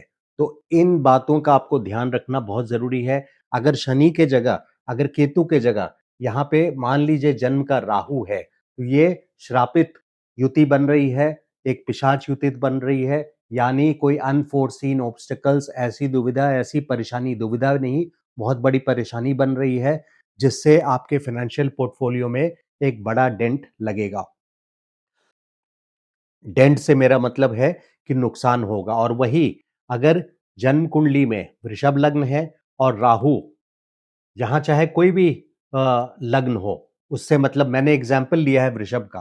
कहने का अर्थ है कि अगर गोचर के गुरु उस राशि में है जिस राशि में आपका जन्म का राहु है, और तो यहाँ पे कोई ना कोई कंट्रोवर्शियल सोर्स ऑफ इनकम, ऐसा सोर्स ऑफ इनकम होगा। इनकम तो आपको ला करके देंगे, लेकिन ये बदनामी भरा इनकम होगा, कैश फ्लो बदनामी भरा होगा, अपवाद से रिलेटेड होगा, कोई ना कोई सोशली एक्सेप्टेड नहीं होगा, कहीं ना कहीं इस कैश फ्लो और इनकम में कंट्रोवर्सी जरूर होगी। तो ये परेशानी भी यहाँ पे खड़ी हो सकती है। तो शनि का भी राहु के ऊपर 30 साल में एक बार, साढ़े 29 साल में एक बार गोचर होता है। वो गोचर बिल्कुल अच्छा नहीं है। और गुरु का भी गोचर हो रहा है और वहां राहु जन्म का है, तो आपके लिए ये कंट्रोवर्सी खड़ी कर सकते हैं। अब आते हैं मंगल पे। जन्म के का मंगल, अगर हम वृषभ वाले पर ही चलते हैं अभी, अगर जन्म का मंगल, मान लीजिए जन्म का मंगल आपका यहाँ पर है धन भाव में और शनि का गोचर हो रहा है, तो ऐसे सिचुएशन में फाइनेंशियल पोर्टफोलियो से रिलेटेड कोई डिस्प्यूट आ सकती है, बहुत बड़ा वाद विवाद खड़ा हो सकता है, प्रॉब्लम आ सकती है। ऐसे में कोई फिजिकल इंजरी भी हो सकती है। 30 साल में एक बार शनि का गोचर होता है और मंगल के ऊपर से जब शनि का गोचर होगा, तो ज्यादातर चांसेस होते हैं फिजिकल इंजरी के, डैमेज के। लेकिन चूंकि ये युति युति इसलिए बोल रहा हूं क्योंकि जन्म के मंगल के ऊपर शनि का गोचर, ये फाइनेंशियल हाउस में है, हाउस ऑफ वेल्थ में है, धन भाव में है, जिसके वजह से यहाँ पे ये एक्टिविटी, डैमेज, डिस्प्यूट आपके वेल्थ से रिलेटेड हो सकता है। अगर जहां गुरु का गोचर है और वहां मंगल है आपके, अगर यहाँ पे मंगल है, ये मैं ग्रीन में लिख रहा हूं, मंगल है, और जन्म का मंगल अगर आपके दूसरे भाव में है, वृषभ लग्न है, दूसरे भाव में आपका जन्म का मंगल है और बृहस्पति का गोचर मंगल के ऊपर हो रहा है, वो उसका कैटेलिटिक यानी डबल इम्पैक्ट देगा, जो कि अच्छा इम्पैक्ट देगा। बृहस्पति के एक्शन और फोर्स में इजाफा होगा, यानी उसकी और ग्रोथ पोटेंसी और हाई हो जाएगी, डबल इम्पैक्ट होगा और वहां पे धन का आना डबल इम्पैक्ट से आएगा पॉजिटिवली। अब आते हैं सूर्य पे। अगर सूर्य, ये चीज कहीं भी लागू हो सकता है, जरूरी नहीं है कि ये 2nd हाउस में ही है और 11th हाउस में ही है, अलग अलग तरीके से इम्पैक्ट लेकिन जरूर आएगा, क्योंकि ये बड़े ग्रह हैं। अगर सूर्य, यहाँ पे जन्म का सूर्य है धन भाव में और यहाँ पे शनि का गोचर सूर्य के ऊपर है, तो गवर्नमेंट से रिलेटेड कोई प्रॉब्लम आ सकती है, टैक्स से रिलेटेड कोई प्रॉब्लम आ सकती है, मैनेजमेंट से, अथॉरिटी से, सीनियर से, कोई ना कोई पुलिस डिपार्टमेंट से, टैक्स डिपार्टमेंट से, ऐसे आपको आरडब्ल्यूए से किसी भी बोर्ड या कमिटी से आपको फाइनेंशियल प्रॉब्लम आ सकती है। आप जहाँ कॉप काम करते हैं, सपोज़ आप जॉब में हैं, तो आपको मैनेजमेंट से प्रॉब्लम यहाँ आ सकती है। लेकिन वहीं पे अगर जन्म का सूर्य आपका सेकंड हाउस में है और गुरु का गोचर सूर्य के ऊपर है, तो ये बहुत अच्छे पोज़ीशंस में से माना जाता है। जन्म के सूर्य के ऊपर से गुरु का गोचर या गुरु के जन्म के गुरु के ऊपर से साल में एक बार सूर्य का गोचर कोई ना कोई गिफ्ट आपको दे करके जाता है।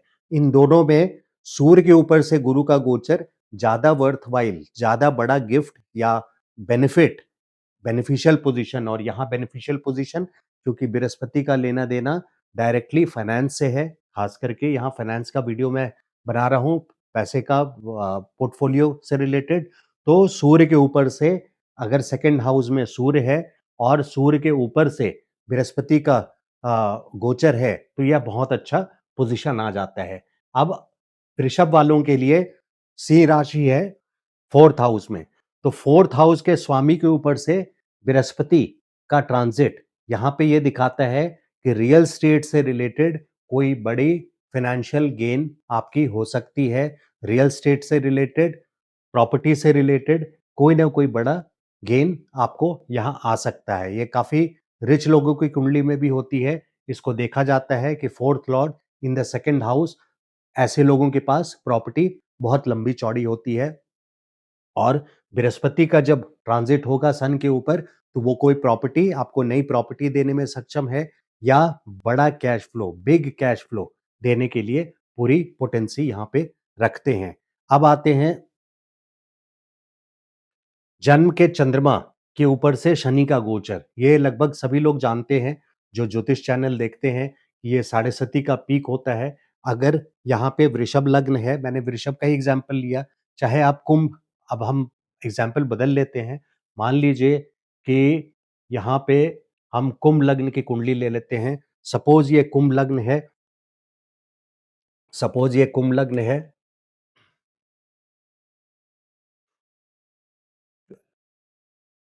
और बृहस्पति यहाँ पे ट्रांजिट बृहस्पति का पंचम भाव में है, बृहस्पति का, और शनि का गोचर आपका दूसरे भाव में है। लग्नेश का गोचर, क्योंकि सेकंड बेस्ट माना है मैंने गोचर के हिसाब से, लग्नेश का यहाँ पे होना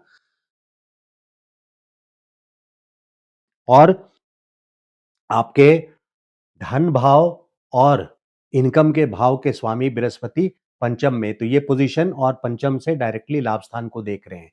और वहीं पे अगर मान लीजिए कि जन्म का चंद्रमा अगर आपका कुंभ लग्न है और जन्म का चंद्रमा यहाँ पर है फिफ्थ हाउस में और गुरु का गोचर आपके पंचम हाउस से हो रहा है, यानी अगर जन्म का चंद्रमा कुंभ लग्न वालों का पंचम भाव में है और बृहस्पति का गोचर इस साल 2025 में से 2026 तक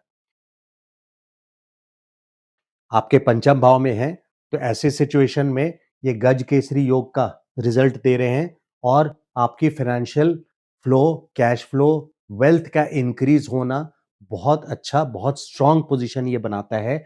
और ये अगले एक साल में यानी 2025 मई से लेकर के 2026 मई तक यहाँ से डायरेक्टली 11th हाउस को देखेंगे, धन स्थान को देखेंगे और यहाँ पे कैश फ्लो और धन की प्रॉस्पेरिटी ग्रोथ आपको एश्योर्ड है। तो जन्म के चंद्रमा के ऊपर से गुरु का गोचर बहुत अच्छा है, लेकिन जन्म के चंद्रमा के ऊपर से शनि का गोचर अपने आप में अगर सेकंड हाउस में है, किसी के कुंभ लग्न की कुंडली और सेकंड हाउस में चंद्रमा है, यहाँ पे शनि का गोचर, तो ये फाइनेंशियल पोजीशन फाइनेंशियल फ्लो देंगे, उस प्रॉमिस को भी फुलफिल करेंगे, लेकिन एट द सेम टाइम बहुत एंजाइटी, स्ट्रेस और टेंशन के प्रोसीजर से गुजरते हुए, ऐसी पोजीशन से गुजरते हुए ही फाइनेंशियल गेन देंगे और ये साढ़े सती का पीक भी है। अब देखते हैं कि अगर जन्म का शुक्र यहाँ पर है, सेकंड हाउस में कुंभ लग्न है और जन्म का शुक्र, ये गोचर है शनि, और जन्म का शुक्र यहाँ पर है जो कि केंद्र और त्रिकोण के स्वामी हैं। केंद्र और त्रिकोण के स्वामी हैं कुंभ लग्न वालों के लिए fourth house and ninth house, और शुक्र आपके सेकंड हाउस में है जो कि अपने आप में बहुत अच्छी पोजीशन है। और शनि का गोचर सेकंड हाउस में हो रहा है अब, तो शुक्र के ऊपर से शनि का गोचर एक बहुत बेनिफिशियल, बहुत प्लेजेंट, बहुत अच्छा कंफर्टेबल गोचर माना जाएगा और इस समय भी कैश फ्लो बहुत अच्छा होगा। अगर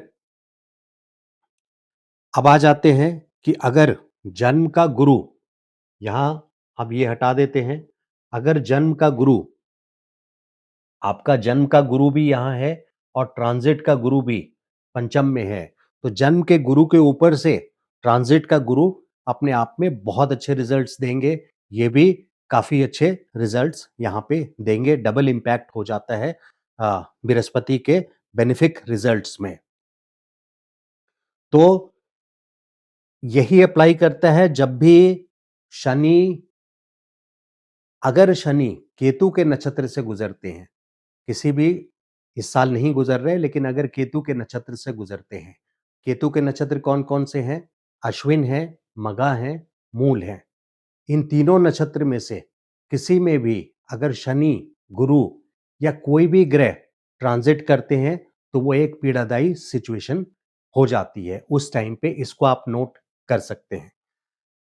अब आ जाते हैं, अगर सपोज मान लीजिए कि आपके गंडांत के डिग्रीज पे बृहस्पति का गोचर हो रहा है। गंडांत के डिग्रीज यहाँ नंबर 4 है, 5 है, ये वाटर साइन है या फायर साइन है। तो यहाँ के 26 डिग्री 20 मिनट से लेके मघा के 3 डिग्री 20 मिनट तक, 26 डिग्री 20 मिनट से 3 डिग्री, ये पूरा ही ऑर्बिट जो है यहाँ पे आखिरी 3:20 और शुरुआत के मघा के 3:20, इस डिग्रीज पे बृहस्पति का ट्रांजिट जब अगले साल होगा, तो यहाँ पे अगर बृहस्पति का ट्रांजिट जब अगले साल कुंभ वालों के लिए होगा और 26 डिग्री 20 मिनट को जैसे ही क्रॉस करेंगे, तो वहां पे वो गंडांत के पोजीशन पे होंगे, तो फाइनेंशियल ट्रबल आने की पूरी संभावना है।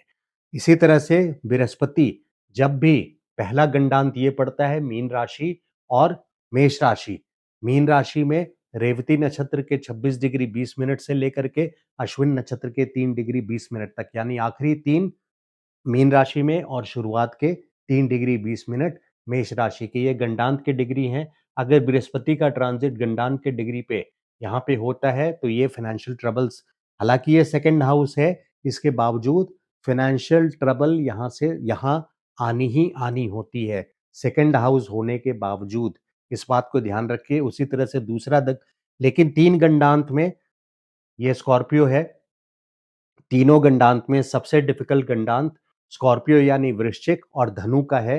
वृश्चिक यानी ज्येष्ठ नक्षत्र के 26 डिग्री 20 मिनट से लेकर के मूल नक्षत्र के 3 डिग्री 20 मिनट तक। वैसे तो पूरा ही मूल नक्षत्र केतु का नक्षत्र है, लेकिन जहां गंडांत की बात हो रही है, तो वृश्चिक में ज्येष्ठ नक्षत्र के 26 डिग्री 20 मिनट से लेके ये तीसरा गंडांत है और सबसे डिफिकल्ट गंडांत ये वाला है। लेकिन ये दोनों ही गंडांत आपस में, ये अनुभव की बात बता रहा हूं आपको, ये दोनों गंडांत ऑलवेज काफी बड़ी प्रॉब्लम लेकर के आते हैं। कोई भी बड़े ग्रह अगर गंडांत पे फंसते हैं और गंडांत के डिग्रीज पे आए, खास करके बृहस्पति हो या शनि हो, या आप चंद्रमा को भी डाल सकते हैं फॉर दैट मैटर, आप चंद्रमा को डाल करके 3-4 महीने स्टडी कीजिए कि जब एक राशि 24 घंटे में ट्रांजिट करते हैं, लेकिन जब गंडांत के डिग्रीज पे आते हैं, बहुत पिक्यूलियर सी इन्वायरमेंट हो जाती है आपकी लाइफ में। इसी तरह से राहु के नक्षत्र, राहु के आर्द्रा नक्षत्र है और स्वाति नक्षत्र है और शतभिषा नक्षत्र है। जब भी गुरु का गोचर राहु के नक्षत्र से होगा, तो किसी न किसी कंट्रोवर्सी, आर्द्रा नक्षत्र स्टॉर्मी नेचर यानी आंधी तूफान आना, कोई डिस्टर्बेंस आना, जो कि 13 जून से लेकर के 14 अगस्त तक बृहस्पति आर्द्रा नक्षत्र से जाएंगे इस साल, तो वहां पे फाइनेंशियल पोजीशन आपके लिए केयरफुल रहना जरूरी हो जाता है।